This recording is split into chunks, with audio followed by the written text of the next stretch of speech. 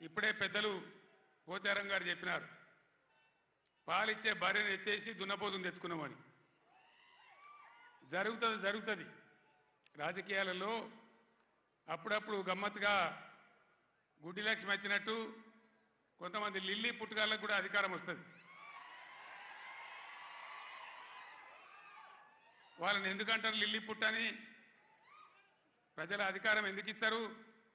మాకు సేవ చేయమని, రాష్ట్రాన్ని బాగు చేయమని, గత ప్రభుత్వం కంటే కొన్ని మంచి పనులు చేయమని అధికారం ఇస్తారు, కానీ అడ్డదిడ్డం పనులు చేయమని చెప్పరు.